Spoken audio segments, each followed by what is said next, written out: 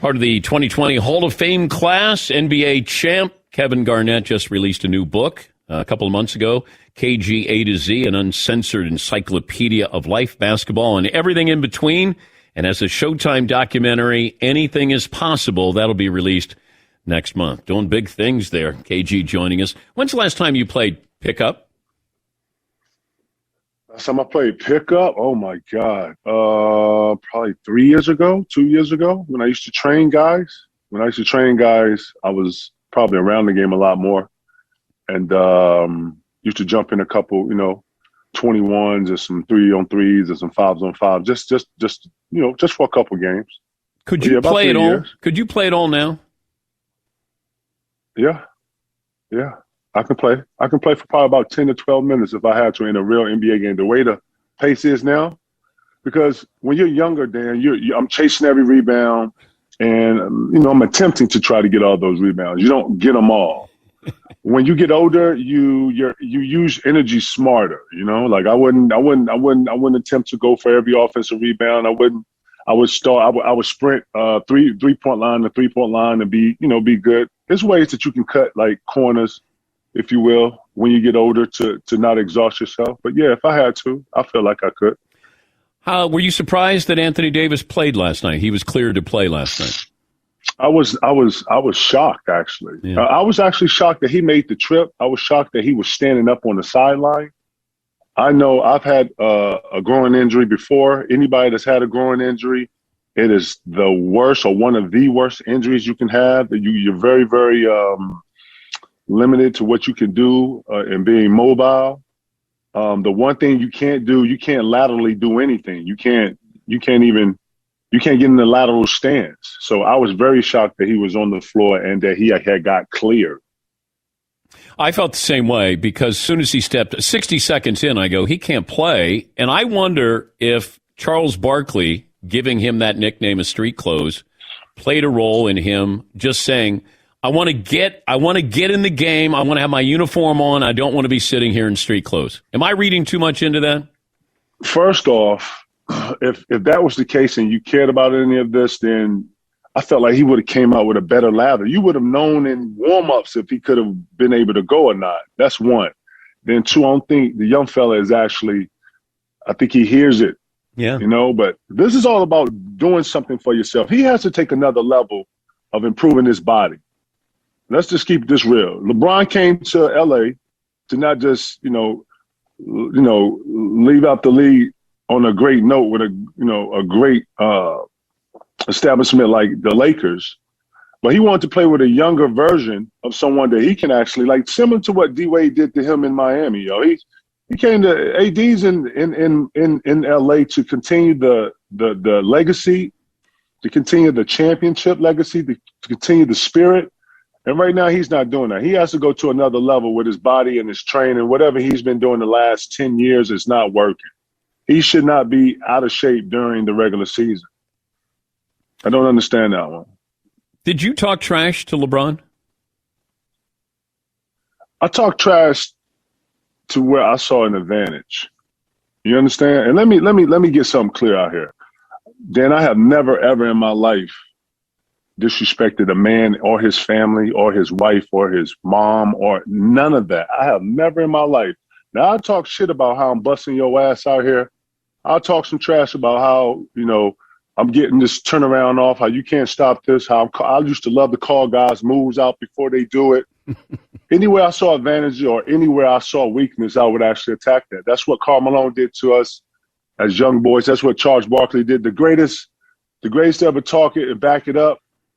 It comes with something too, though. A lot of people don't understand talking trash comes with something. But I would never in my life, I always kept it basketball.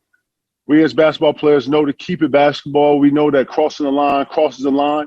And I've never crossed the line. But yeah, I've talked trash to LeBron, and LeBron has talked trash back.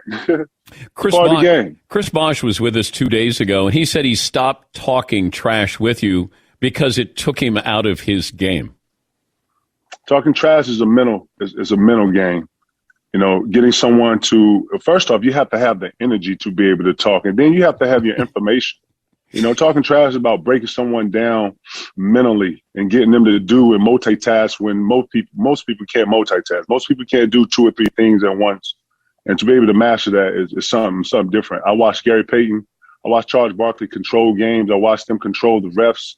I watched them control momentum. And when I saw that can be done. Then the referees and the game started getting better. But for the most part, man, the competition is about both a physical and mental state. And if you can't be in both of those, then you're exposed. But, I respect everybody and who I played. I was getting everybody's best and felt like everybody that was in the league was getting my best. So I've never played a guy where it was just an easy night. You know what I'm saying? You don't get easy nights in the league. That doesn't exist in professional sports. We're talking to Kevin Garnett. He's got a book out. It's KGA to Z, an uncensored encyclopedia of life, basketball, and everything in between. And Showtime documentary, Anything is Possible, released next month. What's in the book that might surprise people? Because you say it's uncensored. Where did you get real? Where did I get real? Like, there's things that you say, and then there's things like somebody's going to go, oh, wow. Like, is there an oh, wow moment or chapter topic that you have in the book?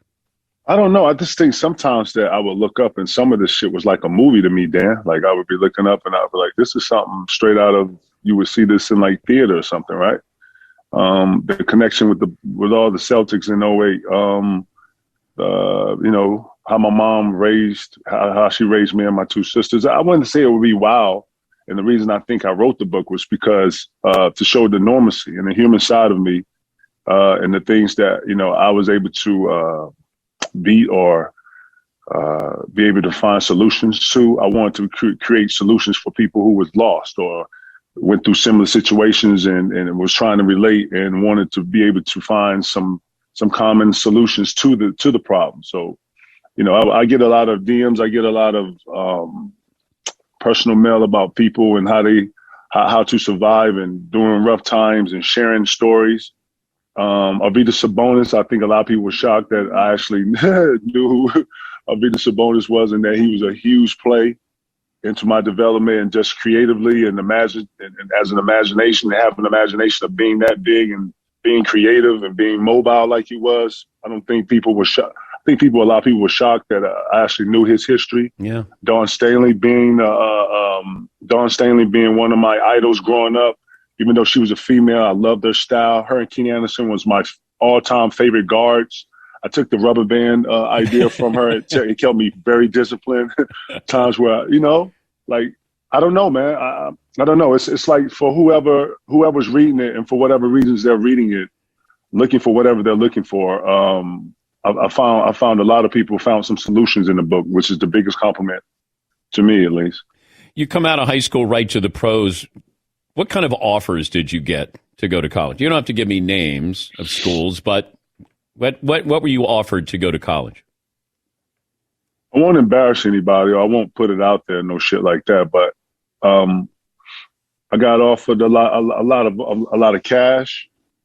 My mother, and my family to have better opportunities, to meet some of the most powerful people in the world, whatever that meant. And I think I told the story in the book where it was a situation where I was staying with my grandmother at the time because recruiting was getting to the point where it was just obese, and my mother thought it'd be perfect or a better idea for me to change addresses. And life was running so fast at this time, but I had a certain recruiter come see me and he offered me some cash in front of my grandma, and she went and got a shotgun and told me to always set the tone with people that you can never be bought. And if you can be bought once, you can be bought always. And that stuck with me forever. Wait, what did the recruiter do when grandma gets a shotgun? I had to tell him he had to get his bag and get the hell up out of here, or him and his bag weren't going to make it out of here. And I thanked him for coming through. I told him I love this school, but this wasn't going to work like this. And he wanted to talk. And I think the quicker she put the shotgun together, the quicker we ended the conversation. But yeah, that guy's still around. Whenever I see him, I like to wink and be like, "How you doing?" He's like, "Man, yeah." So that's just between him, myself, and God and my grandmother. Rest in peace to Mom Milk. Yeah, my grandma Milk. Grandma's packing. Man, in the South they are. I definitely know that. Ain't no games. Ain't no games. Were you concerned though with living in Chicago? It was only 1 year, but just what Chicago was like back then. What was the question? What'd you say? What was it like? You go from South Carolina to Chicago. What was it like? Were you ever concerned about just when you're not on a basketball court? Everything that. Oh, you're concerned. You're concerned every day. Chicago was like a download to how to survive life. Like I grew up in like a little rough neighborhood, and it's hood, it's streets, whatever. But Chicago, big city, L.A., New York, Houston, Miami, the bigger cities, they come with a lot more structure. They come up with a lot more, lot less development in neighborhoods. It's not a lot, So you understand places like youth centers. You understand the Boys and Girls Club. That's kind of universal. So when I got to Chicago, I had to understand how the lay of the land works. Chicago is full of gangs. It's full of structure. Over here is this. Over there is this. The police there is very different. They speak and deal with you very different in the big cities. So I had to get a download of all that. Every day in Chicago, your head on swivel. Your head on swivel means you're looking left and right. And if not, you're in something before you know it. And Chicago taught me, and I felt like Chicago built me so that I was able to go to the league, both physical and mentally. I was playing against guys that's in the street. It's probably better than some guys that's in the NBA and came up short, or had kids, or, got addicted to drugs and vices and just didn't make it.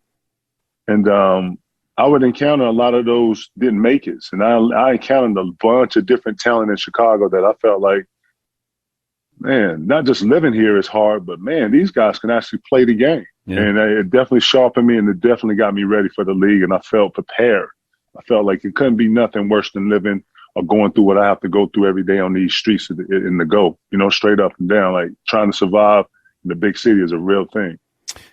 What was the best part of your experience working with Adam Sandler on the movie Uncut Gems? Seeing Adam's MJ-ness, his GOAT-ness. It's times where I couldn't tell. It was at times where Howard was Adam, and I didn't really understand. I really didn't understand like embracing the character.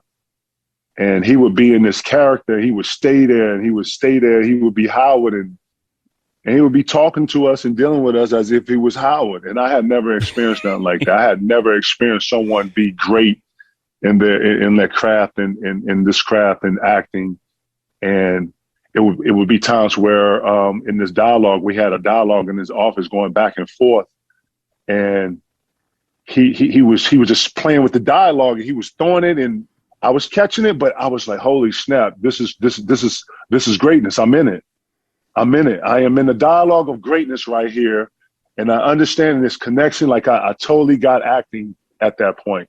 But the dope part of seeing someone in their greatness and seeing how that you can learn and soak up so much stuff, it was one of the best and greatest experience I've ever had in life. Like to see, to try to do something that you're not as good in, and then learn from it. And then it felt like I grew from that. Being around Adam every day makes you better, if that makes sense. Yeah, he's been great experience. Yeah, I've been around him a long time. Been in, I think, now 20 of his movies. So I know what you're talking about. Let me leave you with this, KG, because I still am baffled with what your Celtics are doing. So you have a great coach who goes into the front office who now has to hire a coach.